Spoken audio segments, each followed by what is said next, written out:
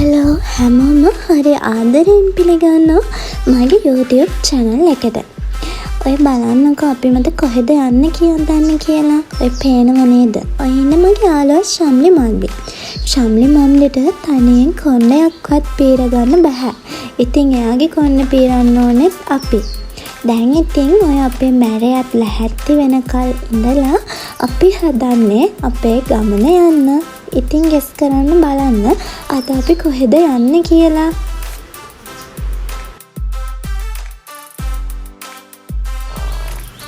ඔන්න ඉතින් light fan off කරා. මෙතන නම් ඉතින් ෆෑන් එක ඕෆ් කරේ වැරදියට. ඒත් ඉතින් මම හරියට ඕෆ් කරා. ඔන්න ඉතින් අපි පඩිපෙළ නම් බහිනවා. පඩිපෙළ බහිනවා කියනකොට මතක් කරන්න ඕනේ අපි ඉන්නේ 4th floor එකේ. ලෙක්චර් යද්දී හරිම මහන්සි. ගොඩක් ඉතින් ගිහින් එනකොට අපි මේ පඩිපෙළේ පඩ ගන්න නැති එක විතරයි තියෙන්නේ. ඒ තරමට මහන්සි.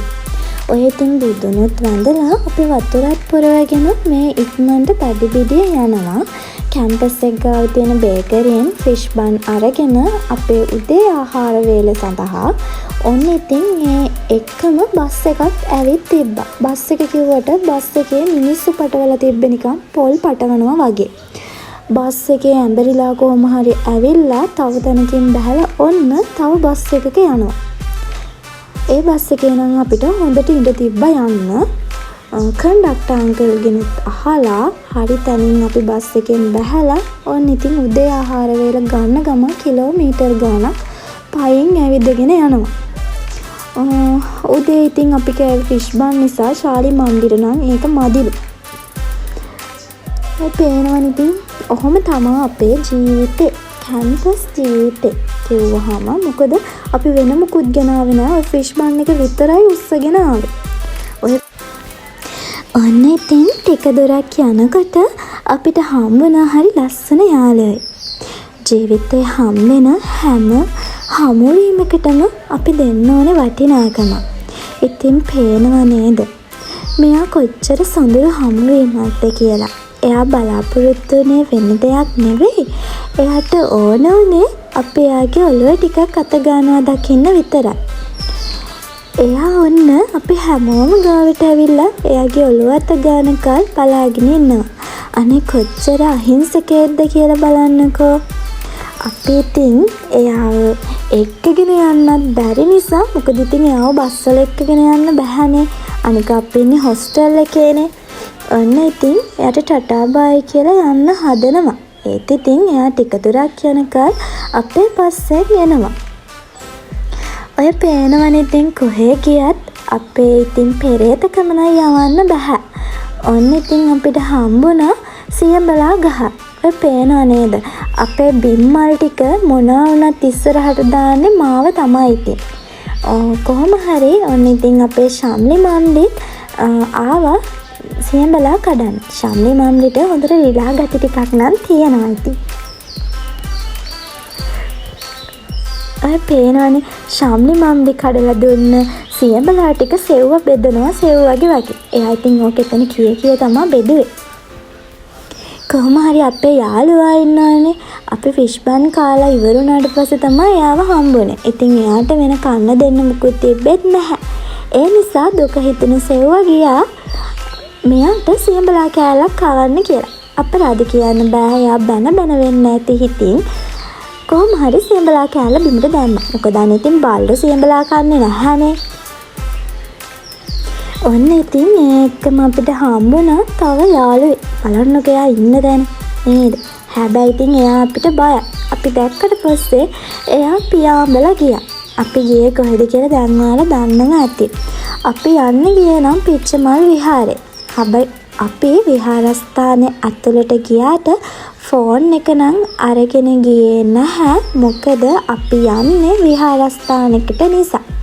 ෆෝන් එක බෑග් එක ඇතුළට දැම්ම වෙලෙම ඊට පස්සේ කිසිම වීඩියෝ එකක්වත් ෆොටෝ එකක්වත් අපි ගත්තේ නැහැ. කියන්න ඕනේ අපේ මිනිස්සුන්ගේම වැරදි නිසා දැන් එතෙන්ට යන්න දෙන්නේ නැහැ. මොකද ගොඩාක් කට්ටිය එතෙන්ට පන්සලකට එනවා වගේ නෙවෙයි. අපි මොන ආගමේ වුණත් කොහොම වුණත් අපි දැනගන්න ඕනේ ආගමික සිද්ධාස්ථානයකට ගරු කරන්න. ඔන්න ඉතින් අපි ආපහු හැරිලා ආවා තව ඉසුරුමුණිය යන්න ඕන නිසා. අය පේනවනේ දැන් අපි ඉතින් පික්මී එකකුත් දාගෙන ආයේ ඉසුරුමුණිය යන්න තමයි හදන්නේ. අපි ඉතින් 4 දෙනෙක් හිටියා. අපරාධ කියන්න බෑ. අපිවත් දාගෙන ඔය යනවා 3 දෙනෙක් යන්න පුළුවන් ට්‍රැවල් එකේ. අපි 4ක් ගියා කොහොම හරි. ඔන්න ඉතින් අපි ආවා ඉසුරුමුණියට. අනේ ඉතින් මම මේ ඉසුරුමුණියට ආපු දෙවනි පාර. පළවෙනි පාර ආවේ ඉස්කෝලෙන්. එතනින් පස්සේ ආයෙ මම ඉසුරුමුණියට ඇවිත් තිබ්බේ නැහැ. අනේ ඉතින් හරිම ලස්සනයි. ඔන්න ඉතින් කොහේ ගියත් අපිට යාළුවෝ නම් හම්බෙනවා. ඔන්න ඉතින් අපි මෙතෙන්ට ගියාට පස්සේ මෙයාලා මෙතෙන්ට පීනගෙන ආවා එක් රැස් වෙලා. හරිම ලස්සනයි. හිත නිවන දර්ශනයක්. ඇත්තටම මේ සබහා දහම කියන්නෙම අපේ හිත නිවන මායාවක් කියලා මට නම් හිතනවා.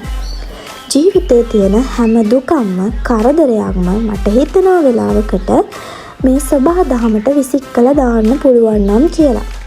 එක අතකට ඇයි බැරි? මේ වගේ දර්ශනයක් දිහා බලාගෙන ඉද්දි මොනතරම් හිත නිවෙනවද? බලන්නකො මේ මාළු යාළුවෝ ටික දිහා. අනේ ඉතින් හරිම කියුට්.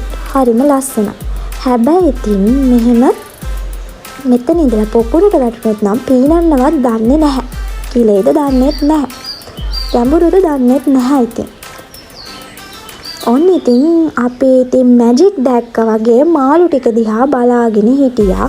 මොකද ඒ තරම් හිත නිවන සුන්දරත්වයක් තමයි එතන තිබ්බේ. හිතේ තියෙන හැම ප්‍රශ්නයක්ම මොහොතකට අමතක වෙනවා මේ වගේ ලස්සන දර්ශනක් දැක්කහම. ඔයාලත් කියන්න බලන්න ඔයාලටත් එහෙමද? ඔන්න ඉතින් යාළුවාට වීඩියෝ කරන්න කියලා මම ගියා ඇවිදගෙන.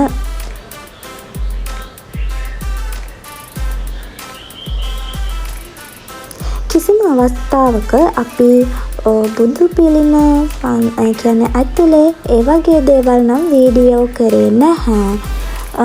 තව කියන්න ඕනේ මේ ස්ථානය ගැන. කට්ටිය කියනවා මෙතෙන්ට කාසි දැම්මහම තමන්ගේ ප්‍රාර්ථනා ඉෂ්ට වෙනවා කියලා.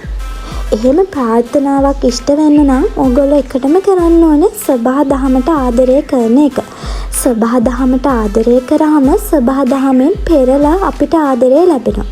පොඩ්ඩක් හිතන්නකෝ ඒ කාසි මේ දැම්මට පස්සේ ගොඩක් කාසි උතෙන්ටම වැටෙන්නේ නැහැ. වැටෙන්නේ වතුරට. එතකොට මේ කාසි වලින් මේ වතුර පිරෙනවා. එතකොට සබහා දහමට වෙන හානිය කවුරුත් හිතනවද? අපි මොනා කරන්නත් අපි ගන්න හුස්ම පොදත් ලැබෙන්නේ මේ සබහා දහමෙන්. ඉතින් මොනා කරන්නත් කලින් සබහා දහමට ආදරය කරන්න පුරුදු වෙන්න. ඔන්න ඉතින් කතාවෙන් කතාව කියන්න බැරුණා අපි ෆොටෝත් ගැහුවා.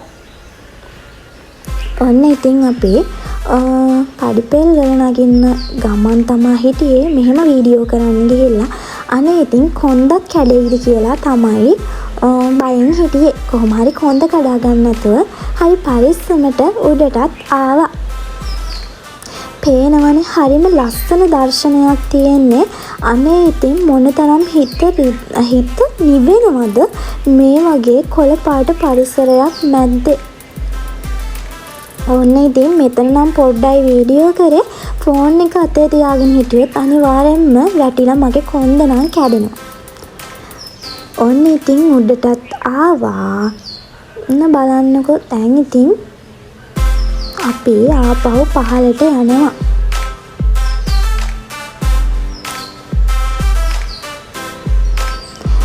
එදා සෙනඟ ටිකක් වැඩිපුර හිටියා.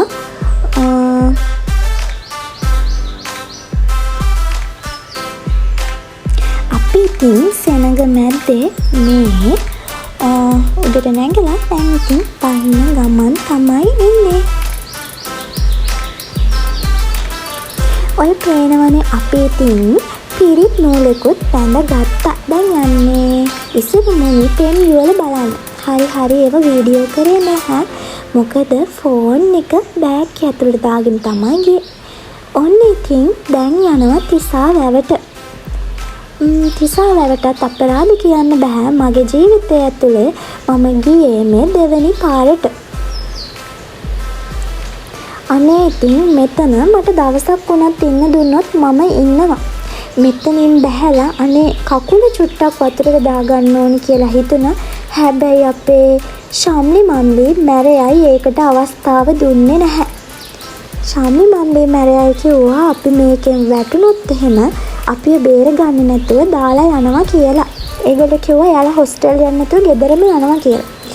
ඉතින් ඒ නිසා අපිට මේ මටයි සෙව්වටයි අවස්ථාවක් හම්බුනේ නැහැ අනේ කකුල චුට්ටක් හරි වතුරට දාන්න.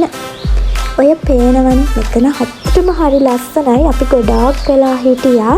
ඒ ඇස්සේ ඉතින් අනේ අරහෙන් මෙහෙන් කොහොම හරි බිම බඩ ගාලා කොහොම හරි ෆොටෝ ෂූට් එකකුත් කරලා දුන්නා මගේ ආඩුවන්ගේ. ඔන්න ඉතින් මේ දර්ශනය නම් මට හරිම මනසට සැනසීමක් තමයි දුන්නේ. මොකද සබහා දහමත් එක්ක ගෙවනවා කියන ජීවිතේ ලැබෙන්නම හරිම සැනසීමක්. ඔය පේනව නේද දෙන්නේ කුඩේ ඉහළගෙන. බලන්නකෝ ඉතින් මෙයාලා කපල් එක වගේ ඉන්න ලස්සන ෂෝක් ගැලපෙන ජෝඩුව නේද? අන්න ඉතින් බලන්නකෝ මගේ ෆෝන් එකට කැප්චර් කරගන්න පුළුවන් වෙන එක. අනේ මේක නම් හරිම ලස්සන දර්ශනයක්. හිතට මොනතරම් සැහැල්ලුවක් ගෙන දෙනවද කිව්වොත් අනේ මට හිතුණා මුළු දවසම මෙතෙන්ට එලා ඉන්න පුළුවන් නම් කියලා. හරිම ලස්සනයි. එදා අවුව තිබ්බෙන්න එහෙමයි කියලා ලොකු වැස්සකට තිබ්බේ නැහැ. ඉතින් හරි ලස්සන දවසක් තමයි එදා. ඔන්න ඉතින් හරිම ලස්සනයි. ඒ ලස්සන දිහා මම නම් බලාගෙන හිටියේ හරිම ආසාවෙන්. මේ ජීවිතේ සබහා දහමත් එක්ක ගෙවනවා කියන එක තරම් සැනසීමක් කොහෙවත් නැහැ. ජීවිතේ මොනතරම් මහන්සියක් දැනුණත් මේ වගේ තැනකට ඇවිල්ලා ජීවත් වෙනවා කියන එක චූටි වෙලාවක් හරි ගත කරනවා කියන එක හරිම සැනසිලිදායකයි. ඔය ඉතින් බලාගෙන හිටියේ ඔන්න ඉතින් මෙතන කිඹුල්ලු ඉන්නවා. මෙතන ගහලක් තියෙනවා කිඹුල්ලුගෙන් ප්‍රවේශම් වෙන්න කියලා.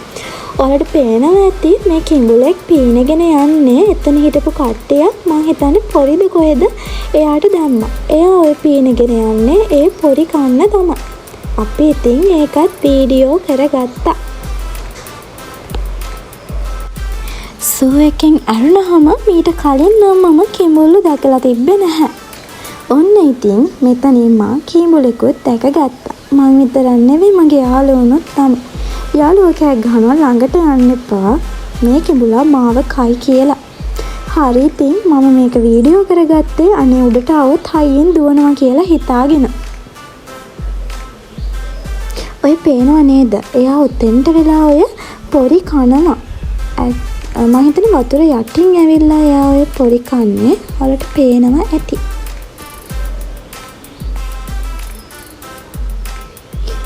ඔන්න ඉතින් ආයේ කොහෙන්ද මන්දා ආවා අපිට පාර මතකත් නැහැ කලින් එනකොට.